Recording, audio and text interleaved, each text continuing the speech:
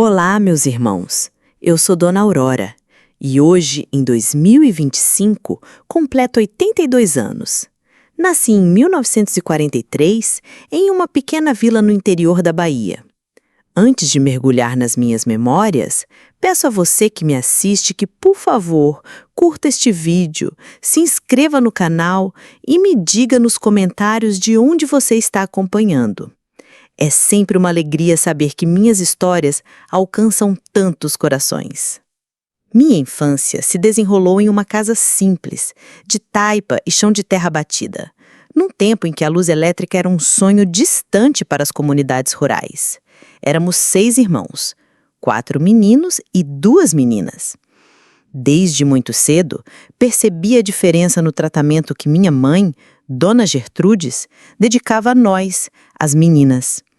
Meus irmãos, os homens da casa, tinham privilégios, as melhores porções à mesa, roupas novas quando necessário e, o mais importante, a oportunidade de ir à escola. Enquanto isso, eu e minha irmã, Cecília, éramos as pequenas ajudantes, sem direito a nada, além do trabalho árduo. Minha mãe, uma mulher de semblante fechado, era, hoje entendo, uma vítima de sua própria criação. Nascida nos anos 1910, filha de um pai autoritário e casada à força aos 14 anos, ela carregava uma amargura profunda. Mas, naquela época, eu só sentia medo e uma incompreensão dolorosa. Seus olhos escuros pareciam sempre me julgar. Lembro-me de suas mãos ásperas, calejadas pela lida na roça, que não hesitavam me castigar pelo menor deslize. Menina não precisa de estudo, precisa aprender a cuidar da casa para arrumar um bom marido. Ela repetia, enquanto me obrigava a levantar às 3 da manhã para acender o fogão a lenha e preparar o café. Aos 7 anos, já lavava as roupas da família no riacho, minhas mãos rachadas pelo sabão de cinzas. Aos 9, cozinhava para todos enquanto minha mãe trabalhava na lavura. E ai de mim se o arroz queimasse ou se a farinha acabasse antes do tempo. Os castigos eram severos. Ficar de joelhos no caroço de milho por horas, dormir no quartinho dos fundos sem luz, ou passar dias comendo apenas farinha com água. Mas o pior era quando ela encontrava meus cadernos escondidos. Eu tinha uma sede insaciável por aprender. Meu irmão mais velho, Pedro, comovido com minha situação, me trazia seus livros usados e me ensinava, às escondidas, o que aprendia na escola. À noite, à luz de uma lamparina improvisada, enquanto todos dormiam, eu copiava letras e números, sonhando com um futuro diferente. Foi aos 11 anos que um dos momentos mais marcantes da minha infância aconteceu. Encontrei, escondida em um baú antigo, uma fotografia desbotada. Nela, um homem jovem e sorridente estava ao lado de minha mãe. No verso, lia-se Gertrudes e Fernando, 1942. Meu pai havia falecido quando eu era um bebê, ou assim me contaram. Nunca soube muito sobre ele, apenas que tinha o mesmo nome que me deram. Quando minha mãe viu a foto em minhas mãos, seu rosto se contorceu. Nunca esquecerei aquele olhar, uma mistura de fúria e desespero. Ela arrancou a foto, rasgou-a em pedaços, enquanto gritava palavras que eu, criança, não compreendia. Chamou-me de curiosa, intrometida, igualzinha ao desgraçado do seu pai. Como castigo, trancou-me no paiol escuro, um lugar úmido e sem janelas onde guardávamos milho e feijão. Lá fiquei por 2 dias, com direito apenas a um pedaço de rapadura e um copo d'água. Meus irmãos tentaram interceder, mas ela os ameaçou. Naquele paiol, entre lágrimas e medo, fiz uma promessa a mim mesma. Um dia eu sairia dali. Um dia eu seria a dona do meu próprio destino. Ali, a semente da minha liberdade foi plantada, mesmo que ainda houvesse muitos anos de sofrimento pela frente. À medida que crescia, os castigos físicos diminuíram, mas o trabalho pesado e as humilhações aumentaram. Aos 13 anos, enquanto outras meninas da vizinhança sonhavam com festas, eu era uma verdadeira dona de casa. Cozinhava, lavava, passava, cuidava da roça e ainda ajudava na colheita. Cecília, 2 anos mais nova, Era mais resignada e parecia aceitar melhor aquela vida. Eu, não. Cada humilhação, cada injustiça acendia uma chama dentro de mim que se recusava a apagar. Foi por volta dessa idade que comecei a guardar pequenas quantias de dinheiro. Descobri que tinha jeito para o bordado e, às escondidas, comecei a fazer pequenos trabalhos para as vizinhas, que me pagavam algumas moedas. Escondia o dinheiro em um pote de barro, enterrado no quintal. Era meu pequeno tesouro, a promessa de fuga. À noite, depois que todos dormiam, eu pegava meus cadernos e estudava à luz de uma vela que eu mesma fazia. Pedro continuava me trazendo livros da escola, literatura, história, geografia. Eu devorava tudo com uma sede infinita de conhecimento. Foi em um desses livros que vi pela primeira vez fotos de grandes cidades, de escolas, de mulheres trabalhando como professoras e enfermeiras. Aquilo abriu um novo mundo para mim. Havia possibilidades além daquela vida de submissão e trabalho. Havia um futuro onde eu poderia ser mais do que apenas a filha de Gertrudes, mais do que uma esposa e mãe. Mas minha mãe parecia ter um sexto sentido para detectar qualquer coisa que pudesse me dar esperança. Numa tarde de sábado, enquanto ela havia saído para visitar uma comadre, eu estava tão absorta na leitura de um livro de contos que não ouvi seus passos. Quando percebi, ela já estava na porta, os olhos faiscando de raiva. O livro foi arrancado das minhas mãos e jogado diretamente no fogo. Isso é coisa do diabo! Livro só serve para botar minhoca na cabeça de mulher! Ela gritava enquanto eu assistia impotente as páginas se transformarem em cinzas. Naquele dia, não houve apenas castigo físico, houve algo pior. Ela encontrou e queimou todos os meus cadernos, cuidadosamente escondidos por anos. Foi a primeira vez que pensei que não suportaria mais. A primeira vez que o pensamento de fugir se tornou mais concreto do que um simples sonho. Eu tinha quase 15 anos e sentia que cada dia naquela casa era um dia a mais de minha vida sendo roubado. Mas o destino ainda guardava mais provações antes que eu pudesse finalmente me libertar. Aos 16 anos que descobri a verdadeira razão do ódio que minha mãe nutria por mim. E foi também quando entendi que precisava escapar daquela casa para sobreviver. Aquele fevereiro de 1960 foi particularmente úmido no interior da Bahia. O café da manhã já estava na mesa quando tia Sofia, irmã de minha mãe, chegou de surpresa vinda de Salvador. Tia Sofia era a única pessoa da família que me tratava com afeto. Sempre que nos visitava, trazia pequenos mimos escondidos em sua bolsa. Um laço de fita, um sabonete cheiroso, coisa simples que para mim valia um tesouro. Minha mãe não apreciava essas visitas, mas não podia impedi-la. Tia Sofia era viúva de um fazendeiro próspero e ajudava financeiramente nossa família nos momentos de aperto. Naquele dia, porém, algo estava diferente. As duas se trancaram na sala, enquanto nós, crianças, fomos mandados para fora. Fiquei no terreiro, fingindo varrer as folhas secas, mas na verdade me posicionei estrategicamente perto da janela entreaberta. Foi então que ouvi as palavras que mudaram tudo. Gertrudes, pelo amor de Deus, a menina já tem idade suficiente. A Aurora merece saber a verdade sobre o pai dela. Verdade? Minha mãe cuspiu a palavra. A verdade é que aquele canalha me abandonou grávida para fugir com a filha do fazendeiro.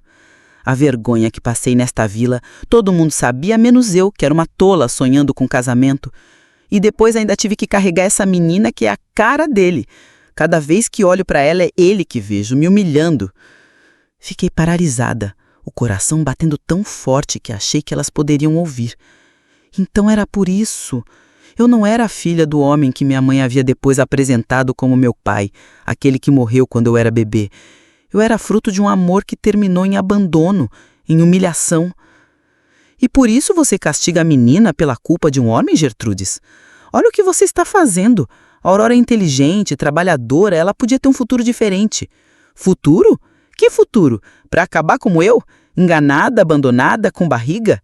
Não, melhor ela ficar aqui debaixo das minhas vistas, aprendendo que lugar de mulher é cuidando da casa. Pelo menos assim não vai dar vexame por aí. Não consegui ouvir mais. Afastei-me da janela com as pernas trêmulas, um turbilhão de emoções me consumindo. Raiva, tristeza, decepção, mas também, estranhamente, alívio. Finalmente entendia. Não era eu o problema. Nunca fui. Era o fantasma de um homem que nunca conheci. Uma dor que minha mãe nunca superou e que decidiu transferir para mim. Naquela noite, depois que todos dormiram, tia Sofia veio ao quartinho dos fundos onde eu dormia. Sem dizer nada, entregou-me um envelope lacrado. Só abra quando estiver sozinha, minha filha, e saiba que sempre haverá um lugar para você na minha casa em Salvador. Esperei até ter certeza absoluta de que ninguém mais estava acordado. Com mãos trêmulas, abri o envelope. Dentro havia uma carta escrita em uma caligrafia elegante, bem diferente da escrita simples e truncada de minha mãe. Era datada de 1943, mês de abril, 3 meses antes do meu nascimento. Minha querida Gertrudes, escrevo esta carta com o coração pesado de remorso. Sei que palavras não podem reparar o mal que causei, mas preciso que saiba a verdade. Não fugi com Rosalinda, filha do fazendeiro, por escolha própria. Fui ameaçado de morte. O fazendeiro descobriu sobre nós, sobre o bebê que você espera, e me deu um ultimato.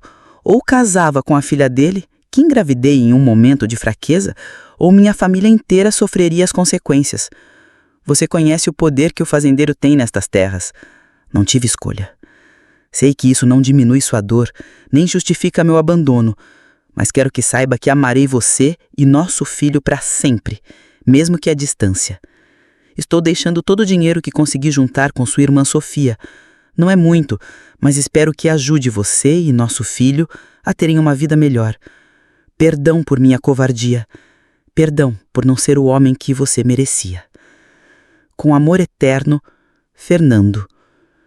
Junto à carta havia uma pequena fotografia, a mesma que eu encontrara anos antes e que resultara em meu castigo no paiol. Era meu pai biológico e, como minha mãe dissera, eu era realmente muito parecida com ele. Os mesmos olhos claros, o mesmo formato de rosto. Chorei silenciosamente até o amanhecer. Não eram apenas tiramas de tristeza, mas de resolução.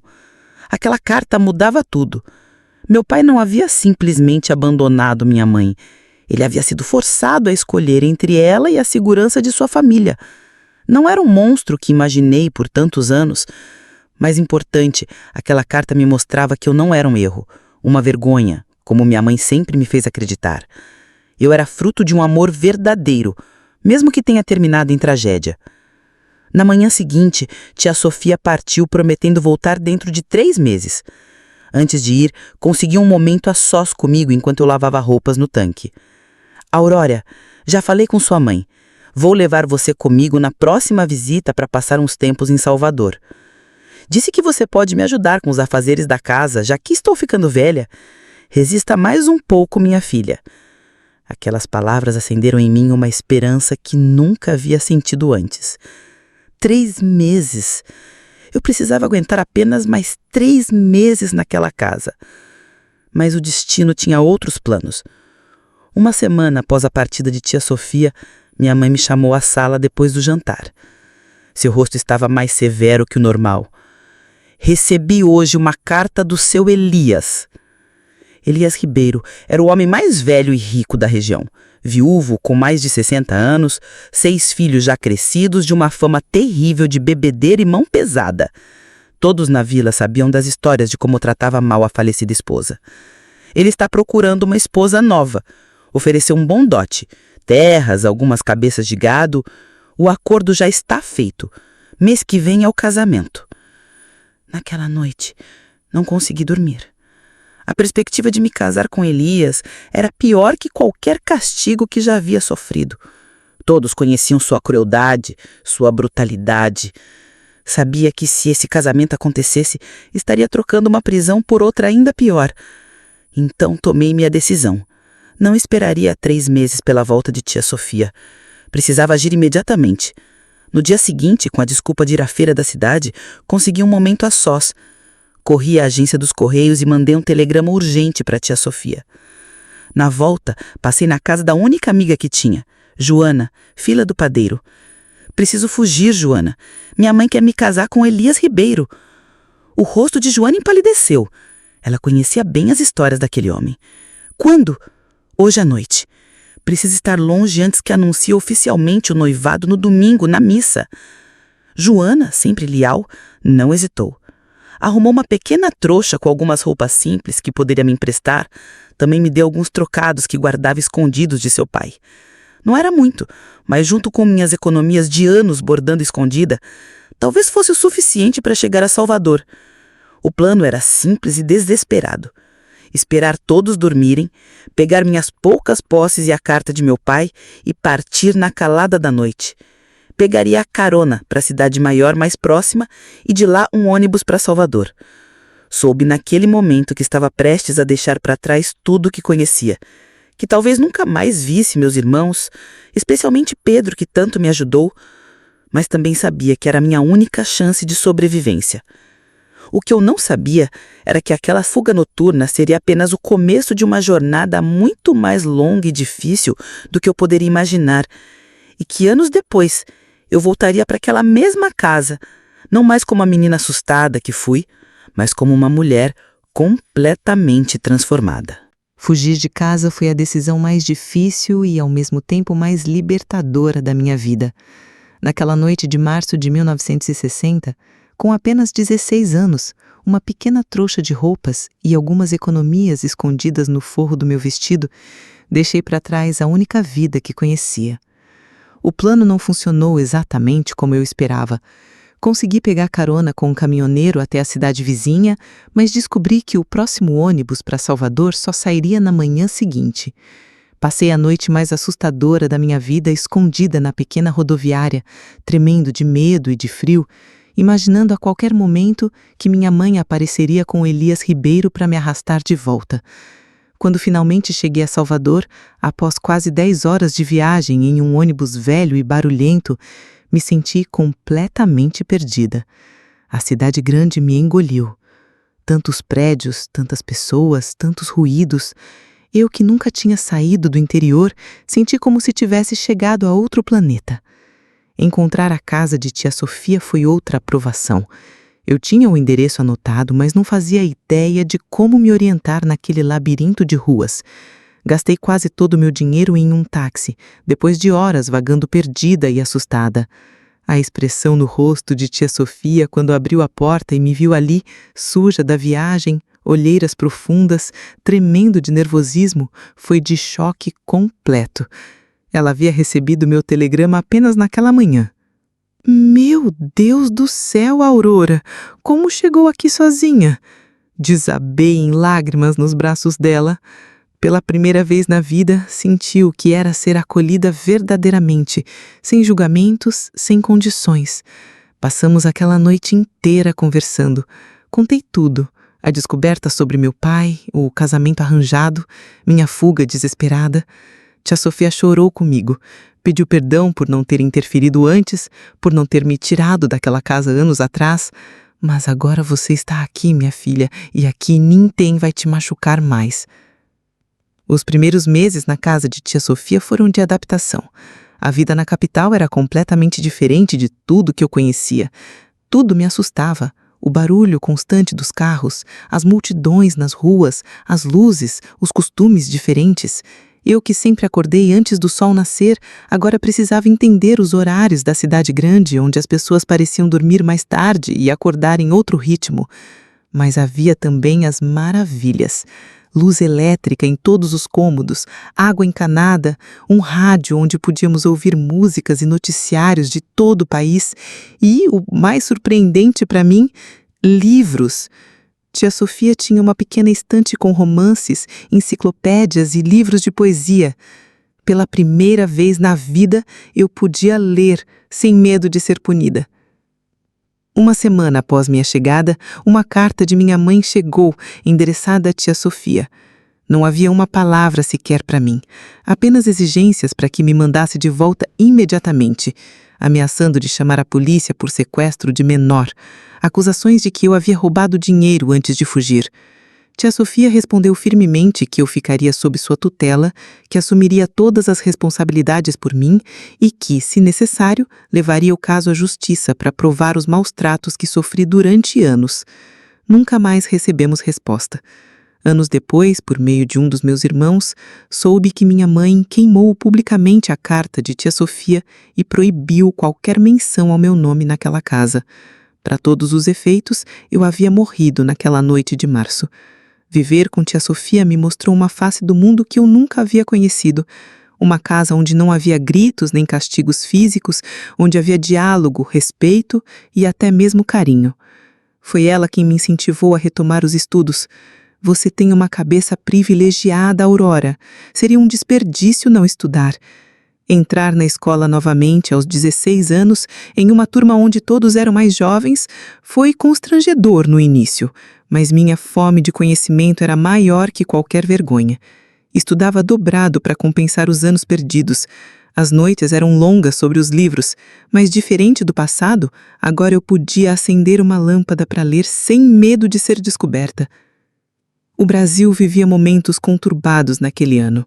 Enquanto eu lutava para reconstruir minha vida, o país passava pelo golpe militar. As notícias no rádio eram confusas e assustadoras. Tia Sofia, que tinha alguns amigos envolvidos com política, começou a se preocupar.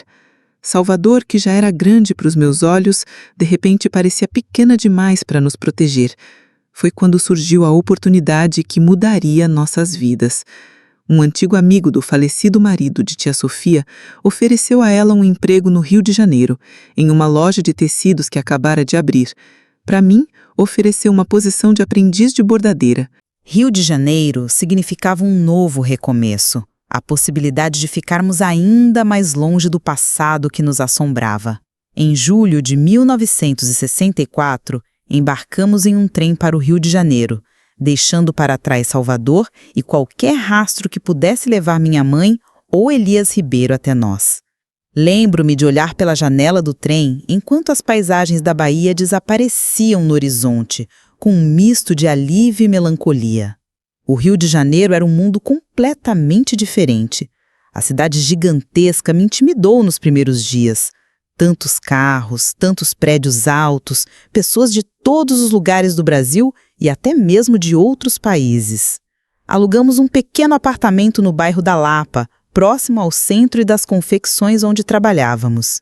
Meu trabalho na loja de tecidos começou simples, fazendo pequenos reparos em peças de clientes, mas logo minha habilidade com agulha chamou a atenção. O gerente da seção de bordados, um senhor português chamado Manuel, percebeu que eu tinha talento não apenas para consertar, mas para criar. A menina tem olho bom para ponta e cor? Já pensou em desenhar modelos? Não, eu nunca havia pensado. Na verdade, nunca havia considerado que minhas mãos, treinadas por necessidade desde a infância, pudessem criar algo bonito, algo que pessoas quisessem comprar. A ideia me pareceu absurda no início, mas Manuel insistiu. Me deu pedaços de tecido que seriam descartados e me incentivou a experimentar nas horas vagas. Comecei a desenhar modelos simples, adaptações de bordados que via nas revistas de moda que circulavam pela loja. Enquanto isso, continuava estudando à noite. Tia Sofia insistia que a educação era o único caminho para uma verdadeira independência. No início de 1966, aos 22 anos, completei finalmente o curso ginasial e me matriculei no colegial noturno. Meus dias eram extenuantes. Trabalhava 10 horas na loja, estudava à noite e ainda encontrava tempo para criar meus pequenos projetos de bordado. Foi em setembro daquele ano que conheci Ricardo, um jovem professor de história que lecionava na mesma escola noturna. Diferente de qualquer homem que eu havia conhecido antes, Ricardo era gentil, respeitoso e incentivador. Logo começamos a namorar, sempre sob os olhos vigilantes de tia Sofia. Esse rapaz parece decente, Aurora, mas vá com calma. Homem primeiro é todo mel, depois mostra o fel. Eu entendia o medo de tia Sofia. Afinal, ela conhecia bem a história da minha mãe. Sabia como um homem podia destruir a vida de uma mulher. Mas Ricardo se mostrava diferente a cada dia que passava. Ele respeitava meus sonhos, meu trabalho, meus estudos. Dizia que admirava minha determinação. No começo de 1967, algo inesperado aconteceu. Manuel entrou de licença médica e eu fui temporariamente promovida a assistente de criação da seção de bordados. Uma cliente importante precisava de um bordado para um evento de gala e ninguém conseguia satisfazê-la. Em um momento de ousadia, mostrei um dos meus desenhos. A cliente adorou e insistiu que eu mesma fizesse o bordado. Trabalhei dia e noite naquela peça. Quando a cliente viu o bordado finalizado, suas lágrimas de alegria me deram a certeza de que eu havia encontrado meu verdadeiro talento. Ela não apenas pagou muito bem pelo bordado, mas também me recomendou para suas amigas da alta sociedade carioca. Em poucos meses, eu tinha tantas encomendas particulares que precisei tomar uma decisão: permanecer na loja ou arriscar abrir meu próprio negócio. Ricardo, que já na época falava em casamento, me incentivou. Você tem talento, Aurora, e tem coragem. O que mais precisa? Eu precisava de capital inicial, algo que parecia impossível para uma ex-fugitiva do interior da Bahia. Mas tia Sofia, sempre meu anjo da guarda, havia guardado dinheiro todos aqueles anos. Dinheiro que descobri então vinha da venda de um pequeno terreno que meu pai biológico havia deixado para mim. Seu pai queria que você tivesse um futuro diferente, Aurora. Use esse dinheiro para realizar seu sonho. É o mínimo que ele poderia fazer por você. Em agosto de 1967, com 24 anos recém-completados, aluguei um pequeno espaço no centro do Rio de Janeiro e abri o Ateliê Aurora. O início foi difícil, como todo empreendimento, mas meu talento, somado às recomendações das primeiras clientes satisfeitas, logo transformou aquele pequeno espaço em um ponto de referência para mulheres que buscavam peças exclusivas e bem acabadas. Em dezembro daquele mesmo ano, Ricardo me pediu em casamento. Casar significava muitas coisas para mim: segurança, companheirismo, a chance de formar a família amorosa que nunca tive. Mas também trazia medos profundos. E se Ricardo mudasse depois do casamento? E se eu acabasse como minha mãe, amarga, violenta, destruída por um homem? Compartilhei esses medos com ele numa noite estrelada às margens da Baía de Guanabara, ainda não tão poluída naquela época. Ricardo ouviu cada palavra sem interromper, segurando minhas mãos trêmulas. Aurora, não posso prometer que serei perfeito, mas prometo que nunca, jamais vou tentar diminuir quem você é, seu talento, sua força, sua determinação. Foi por isso que me apaixonei. Casamos em março de 1968, em uma cerimônia simples.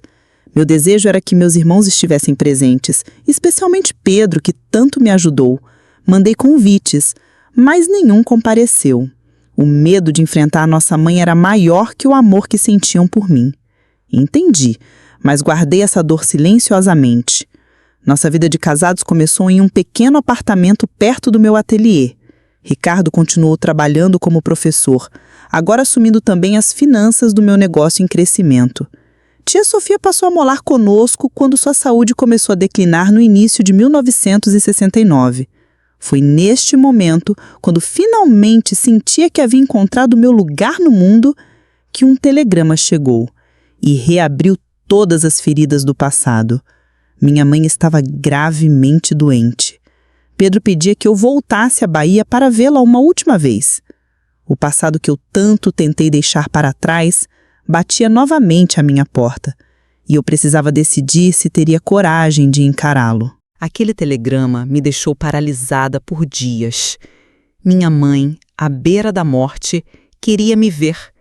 A mesma mulher que me maltratou por anos, que planejou me vender para um casamento forçado, que rasgou minha foto de família e me riscou de sua vida, agora me chamava para uma despedida. Ricardo e tia Sofia respeitaram meu silêncio enquanto eu processava aquela notícia. Não opinaram, não pressionaram. Sabiam que a decisão precisava ser exclusivamente minha. Após uma semana de reflexão intensa, decidi que iria. Não por perdão ou reconciliação. Eu não devia isso a ela. Iria para encerrar aquele capítulo da minha vida, para olhar nos olhos da mulher que me atormentou e mostrar que eu havia sobrevivido, que havia construído uma vida digna, apesar dela, não por causa dela. Vou com você, Aurora, disse Ricardo, preocupado com o impacto que aquele reencontro teria em mim. Não, isso é algo que preciso fazer sozinha. Na manhã chuvosa de agosto de 1969, embarquei no ônibus para a Bahia. A viagem de volta àquela pequena vila do interior me pareceu estranhamente mais longa que a fuga 9 anos antes. Cada quilômetro percorrido me levava de volta ao passado, que tanto lutei para deixar para trás. Quando desci na rodoviária empoeirada, senti o peso dos olhares. Aquela não era mais a Aurora franzina e assustada que fugiu numa noite de março. Eu voltava como uma mulher de 26 anos, bem vestida, confiante, dona do próprio destino. Os cochichos me seguiam enquanto caminhava pela rua principal. É a filha da Gertrudes, aquela que fugiu. Olha como está elegante. Dizem que ficou rica no Rio de Janeiro. A casa continuava exatamente como em minhas memórias. Paredes de taipa, caiadas de branco, o telhado desgastado, o quintal com galinhas ciscando, mas parecia menor, menos imponente. Ou talvez fosse eu quem estava maior, mais forte. Pedro me esperava na porta. Meu irmão, antes um rapaz franzino, agora era um homem de quase 35 anos, cabelo já rareando, olhos cansados. Nos abraçamos sem dizer palavra, as lágrimas falando por nós. Ela está muito mal, Aurora. O médico diz que é questão de dias. Entrei no quarto escuro onde minha mãe definhava. O cheiro de doença e remédios era sufocante. Demorei alguns segundos para reconhecer naquela figura esquelética e amarelada a mulher robusta e severa que povoava meus pesadelos. Gertrudes, aos 60 anos, parecia ter 90. O câncer a consumia por dentro, mais implacável que o ódio que ela nutriu por tantos anos. Seus olhos se abriram quando me aproximei da cama. Por um instante vi o brilho de reconhecimento, seguido de algo que nunca havia visto antes naqueles olhos. Vulnerabilidade. Você veio. A voz era apenas um sopro, tão diferente dos gritos que marcaram minha infância. Vim, respondi secamente. Ficamos em silêncio por longos minutos. O que dizer a uma mulher que está morrendo, mas que também foi sua torturadora por anos? Que palavras poderiam abranger todo o sofrimento, toda a raiva, todo o medo? Foi ela quem quebrou o silêncio. Você está bem no Rio de Janeiro? Estou. Tenho meu próprio ateliê de bordado. Sou casada com um homem bom. Tia Sofia mora conosco. Um sorriso amargo crispou seus lábios ressecados. Sofia, sempre metida onde não devia. Ela salvou minha vida e eu tentei arruiná-la. É isso que veio me dizer? Surpreendi-me com a sua lucidez, com a clareza com que encarava os próprios atos. Esperava negação, justificativas, não essa aceitação crua. Não vim dizer nada, vim ver por mim mesma. Ver o quê, Aurora? Ver que o ciclo se quebrou? Que eu não serei como você? Lágrimas silenciosas escorreram pelo rosto enrugado de minha mãe. Não eram lágrimas de arrependimento. Eu conhecia bem demais aquela mulher para acreditar que ela pudesse se arrepender. Eram lágrimas de reconhecimento, de perceber que, no final das contas, eu havia vencido. Esta casa, o terreno, tudo será seu quando eu partir. É sua herança. Ri um riso sem humor. Não quero nada daqui. Pode deixar tudo para meus irmãos. Eles já têm suas vidas. Pedro casou com a filha do ferreiro e mora em Salvador. Os outros estão espalhados. Esta terra sempre foi sua por direito. E por direito? Que direito eu tive nesta casa além de ser sua escrava? Que direito além de apanhar e ser humilhada? Que direito além de quase ser vendida como gado para Elias Ribeiro? Minha voz se elevou, anos de mágoa transbordando de uma vez. Ela não se encolheu, não desviou o olhar. Simplesmente assentiu, como quem reconhece uma verdade inegável. Elias Ribeiro morreu ano passado, bebendo como sempre. Capotou o carro voltando da cidade. A notícia deveria me trazer algum alívio, mas não senti nada. Aquele homem que por anos povoou meus pesadelos era apenas mais uma sombra do passado. Você tem todo o direito de me odiar, Aurora. Não peço perdão, só peço que aceite o que é seu. Algo no tom dela, não súplica, mas uma estranha forma de justiça, me fez hesitar.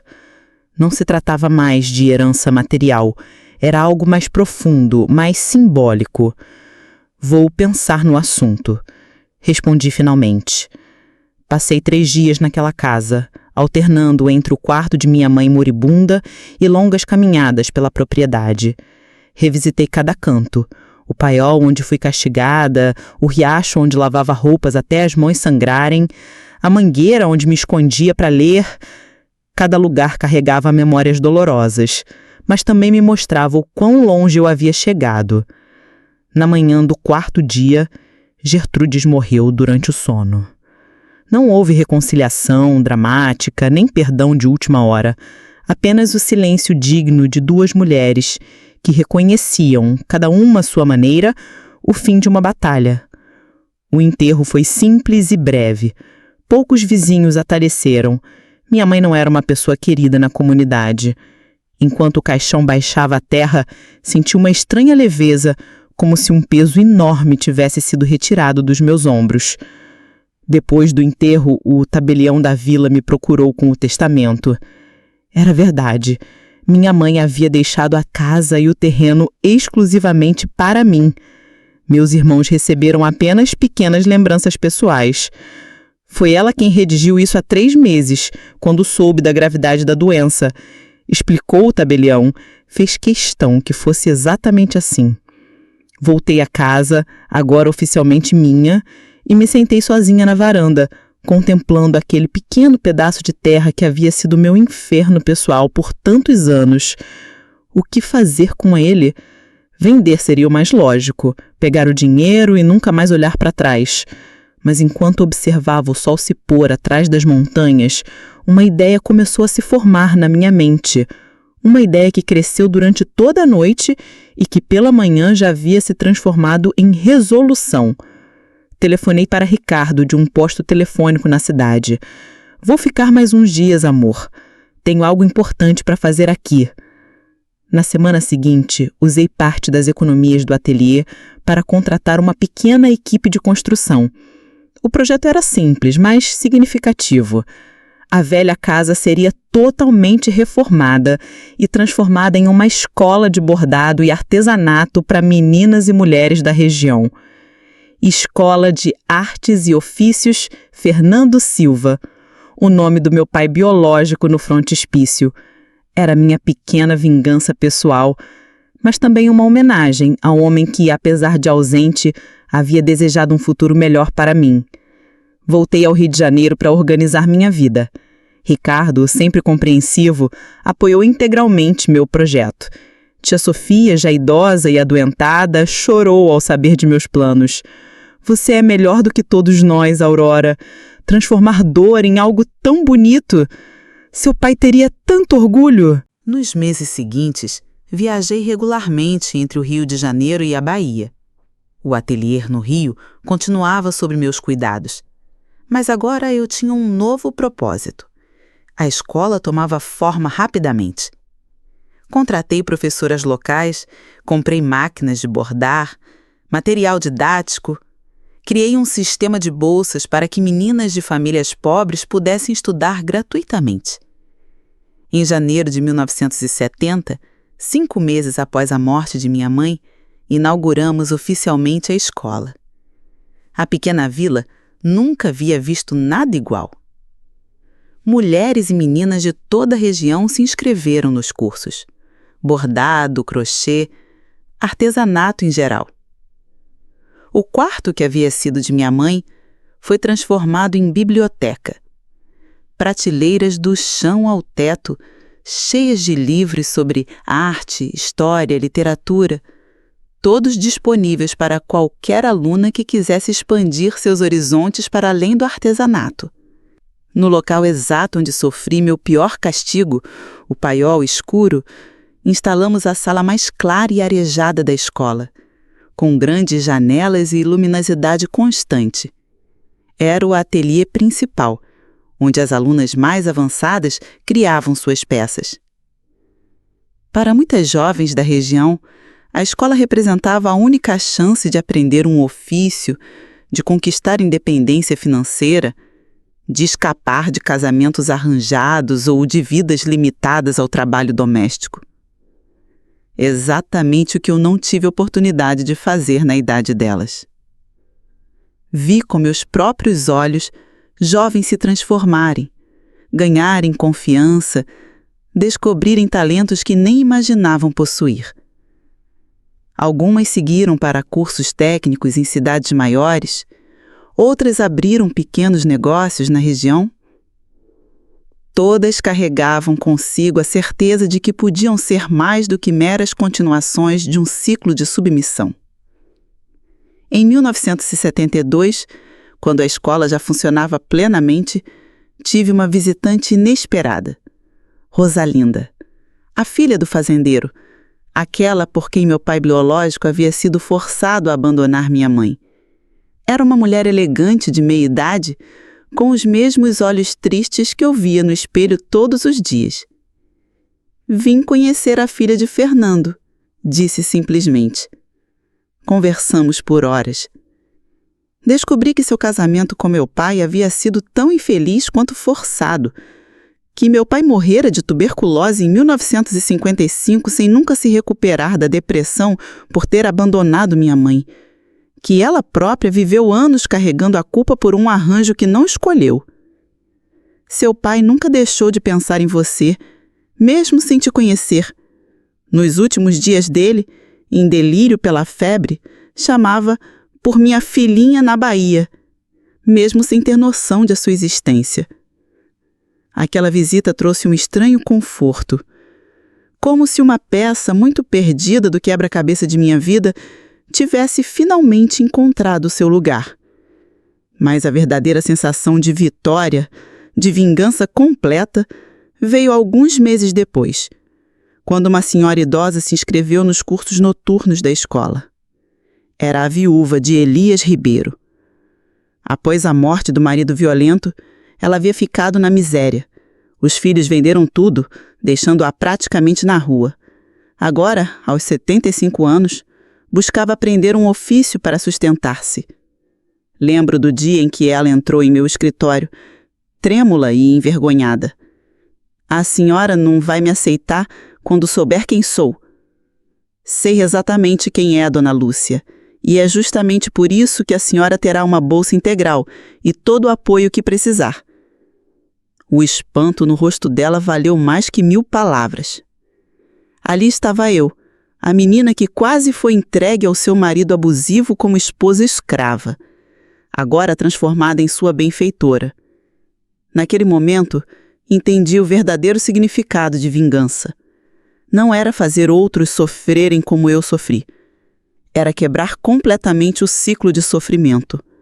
Era transformar dor em força, trauma em cura, ódio em propósito. A Escola de Artes e Ofícios Fernando Silva se tornou meu maior legado, maior que o ateliê no Rio, maior que qualquer bordado que já criei, porque através dela, centenas de meninas tiveram a chance que me foi negada, a chance de escolher seu próprio caminho. E isso, meus queridos, foi a vingança mais doce que eu poderia ter. Os anos passaram como páginas de um livro que se viram rapidamente. De 1972 até hoje, muita coisa mudou no mundo, no Brasil e na minha vida. Mas algumas coisas permaneceram constantes. Minha determinação, meu compromisso com a independência feminina e a escola que se tornou o meu maior orgulho. A década de 1970 foi de crescimento intenso, tanto para o ateliê no Rio quanto para a escola na Bahia. Enquanto o país vivia os anos do chamado milagre econômico, eu expandia meus negócios com cautela e persistência. Ricardo, sempre meu maior apoiador, largou seu emprego como professor para se dedicar integralmente à administração dos nossos empreendimentos. Em 1974, aos 31 anos, recebi a notícia que mudaria minha vida mais uma vez. Estava grávida. A ideia de ser mãe me encheu de alegria, mas também de um medo profundo. Como seria eu como mãe, tendo tido o exemplo que tive? Conseguiria quebrar também esse círculo? Você não é sua mãe, Aurora, tia Sofia me disse quando compartilhei minhas angústias. Você é a mulher que escolheu ser, apesar dela.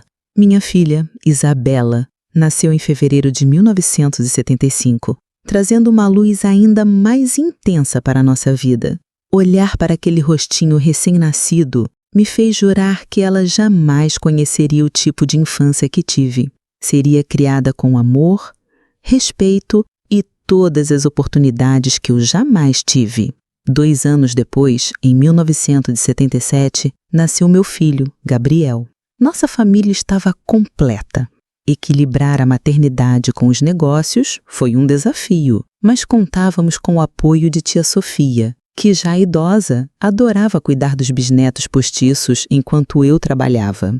A Escola de Artes e Ofícios Fernando Silva crescia além das minhas expectativas. O que começou como um espaço de aprendizado para bordado e artesanato, logo se expandiu para incluir cursos de administração básica, contabilidade e até mesmo aulas de legislação trabalhista. Queríamos que nossas alunas não apenas aprendessem um ofício, mas tivessem todas as ferramentas para serem verdadeiramente independentes. Em 1978, tivemos nossa primeira aluna aceita na universidade, Clara, filha de um pescador da região. Conquistou uma vaga no curso de Direito em Salvador. Foi a primeira de muitas. Criamos um fundo de bolsas para apoiar financeiramente as jovens que desejavam seguir estudos superiores. O final da década de 1970 também trouxe perdas. Tia Sofia, meu anjo protetor, faleceu pacificamente em sua cama em 1979, aos 88 anos. Com ela se foi meu último elo com o passado, a única pessoa que conhecia minha história desde o início, que testemunhou toda a minha jornada. Vocês são minha família de verdade, foram suas últimas palavras para mim, Ricardo e as crianças. Perdê-la, Sofia, foi como perder uma mãe. A mãe que nunca tive biologicamente, mas que o destino colocou em meu caminho. Em sua homenagem, criamos a Biblioteca Sofia Mendes na escola.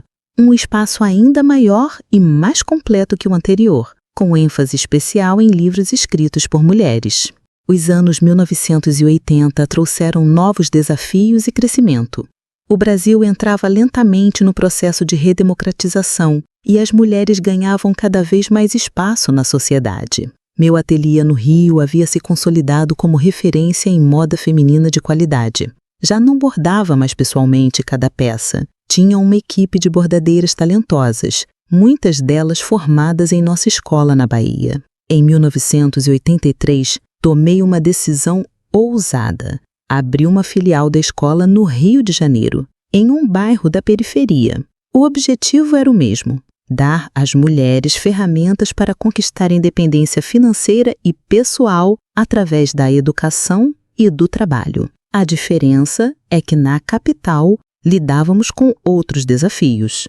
Mulheres migrantes do Nordeste, mães solteiras de comunidades carentes, jovens que precisavam trabalhar e estudar simultaneamente. Isabela e Gabriel cresciam como crianças felizes e seguras, tão diferentes da menina assustada que eu fui. Isabela, desde cedo, mostrou interesse pelo meu trabalho com as escolas, sempre me acompanhando em viagens à Bahia, conversando com as alunas, ajudando nas aulas. Gabriel, mais parecido com o pai, tinha inclinação para os números e para a administração. Você construiu o império do nada, mãe, Isabela me disse certa vez, quando já adolescente. É incrível pensar que tudo começou com uma menina fugindo no meio da noite. Foi nessa época, meados dos anos 1980, que decidi que a minha história não podia ficar perdida no tempo. Comecei a registrar tudo. Minha infância difícil, a relação com minha mãe, a fuga, os anos de luta, a criação da escola, não para publicar, não para buscar reconhecimento, mas para deixar um testemunho às futuras gerações da minha família e, principalmente, às mulheres que passariam pela nossa escola. Em 1989, quando o Muro de Berlim caía do outro lado do mundo e o Brasil realizava sua primeira eleição direta para presidente em décadas, completamos o registro número 6.000 na Escola de Artes e Ofícios Fernando Silva. 6.000 mulheres que passaram por nossas salas de aula, aprenderam um ofício e tiveram a oportunidade de reescrever suas próprias histórias. Os anos 1990 trouxeram a expansão internacional do nosso trabalho. Isabela, já formada em administração e moda, assumiu a direção do ateliê no Rio, modernizando-o e abrindo as portas para o mercado externo. Nossas peças, sempre com aquele toque artesanal que aprendi ainda criança, começaram a participar de desfiles em Paris e Milão. Gabriel, formado em economia, assumiu a gestão financeira de todo o grupo, que agora incluía o ateliê original, 3 lojas próprias, a escola na Bahia e a filial no Rio. Ricardo, já com os cabelos grisalhos, continuava ao meu lado, agora mais como conselheiro do que como administrador ativo. Em 1997, aos 54 anos, fui diagnosticada com câncer de mama. E, ironicamente, a mesma doença que levou minha mãe biológica. O diagnóstico veio como um balde de água fria, trazendo à tona medos antigos. Seria este o fim da minha história? Tudo que construí terminaria assim? Você já enfrentou coisas piores, mãe, Isabela me disse durante uma sessão de quimioterapia. Esta é apenas mais uma batalha que você vai vencer. E venci. Após um ano de tratamento intensivo, fui declarada em remissão. A experiência com o câncer me transformou novamente. Se antes eu tinha urgência em construir, em provar meu valor, agora tinha urgência em compartilhar, em garantir que o que construí sobreviveria a mim. Foi então que, no início dos anos 2000, transformamos oficialmente nossas escolas em uma fundação sem fins lucrativos, a Fundação Aurora Mendes para Empoderamento Feminino. Com status legal de organização filantrópica, conseguimos parcerias com empresas, governos e organizações internacionais, expandindo ainda mais nosso alcance. Em 2002, inauguramos nossa 3ª unidade, desta vez no Nordeste, região que sempre teve índices alarmantes de pobreza e desigualdade de gênero. Em 2005, lançamos nosso primeiro programa de microcrédito, permitindo que ex-alunas iniciassem seus próprios pequenos negócios. Ricardo se foi em 2010, aos 70 anos, vítima de um infarto fulminante. Perdê-lo foi como perder uma parte de mim mesma. Havíamos construído juntos não apenas uma família, mas um legado inteiro. Ele foi o homem que me mostrou que nem todos os homens são como aqueles que marcaram negativamente minha infância. Foi quem nunca duvidou da minha capacidade, quem sempre me impulsionou a ir mais longe. Continue a história, Aurora, ele me disse certa vez. Quando tudo começou com você, era apenas um capítulo. Agora é um livro inteiro. Nos anos seguintes à morte de Ricardo, mergulhei ainda mais no trabalho com a fundação. Isabela assumiu completamente os negócios da moda, transformando-os em uma marca internacional respeitada, sempre com aquele toque artesanal que era a nossa marca registrada. Gabriel expandiu a área financeira, criando linhas de crédito específicas para mulheres empreendedoras. Em 2015, aos 72 anos, recebi uma notícia surpreendente. O Ministério da Educação havia aprovado nossa solicitação para transformar a Fundação em um Instituto Federal de Educação Tecnológica, focado em formar mulheres para o mercado de trabalho. O antigo casarão onde sofri tanto na infância agora seria oficialmente uma instituição de ensino federal com recursos garantidos por lei. A inauguração do Instituto Federal Aurora Mendes, em 2017, foi um dos momentos mais emocionantes da minha vida. ver aquele espaço, outrora símbolo de dor e opressão, transformado um centro educacional moderno, com laboratórios de informática, oficinas de bordado industrial, salas de aula espaçosas, era mais do que vingança, era redenção. Hoje, aos 82 anos, olho para trás e vejo que minha vida formou um círculo completo. A menina assustada que fugiu com uma trouxa de roupas numa noite de março de 1960 nunca poderia imaginar que um dia voltaria como a fundadora de uma instituição que transformaria a vida de mais de 60 mil mulheres. Não tive mais contato com meus irmãos após a morte de nossa mãe. Sei por terceiros que alguns prosperaram, outros tiveram vidas mais difíceis. Pedro, o único que realmente me ajudou na infância, morreu em 1995, sem que tivéssemos nos reconciliado completamente. É uma das poucas mágoas que ainda carrego. Isabela me deu 3 netos maravilhosos, todos hoje adultos e envolvidos de alguma forma com nossos projetos. Gabriel tem 2 filhos, também comprometidos com causas sociais. Tenho a satisfação de saber que o legado continuará muito além da minha existência física. Se pudesse voltar no tempo e falar com aquela menina assustada no paiol escuro, diria a ela: aguente firme. Um dia este paiol será uma sala de aula cheia de luz, onde outras meninas aprenderão a ser livres. Um dia você transformará toda esta dor em propósito. A vingança mais doce não é fazer os outros sofrerem como você sofreu. A vingança mais doce é transformar seu sofrimento em força e usar essa força para garantir que outras não precisem passar pelo mesmo. Esta é minha história. Uma história de abuso, de traição, de abandono, mas também de resistência, de transformação e, finalmente, de triunfo. Se algo dela tocar seu coração, se puder inspirar, mesmo que seja uma única pessoa a transformar sua dor em propósito, então terá valido a pena compartilhá-la, porque, no fim das contas, somos todos feitos das histórias que vivemos e das histórias que contamos. Obrigada por ouvirem minha história, meus queridos. Lembrem-se, não importa quão escuro seja o paiol em que você se encontra hoje, sempre existe a possibilidade de transformá-lo em uma sala cheia de luz amanhã. E, se gostaram da minha história, não se esqueçam de curtir o vídeo, comentar e se inscrever no canal. Compartilhe esse vídeo com suas colegas. Beijos da vovó Aurora.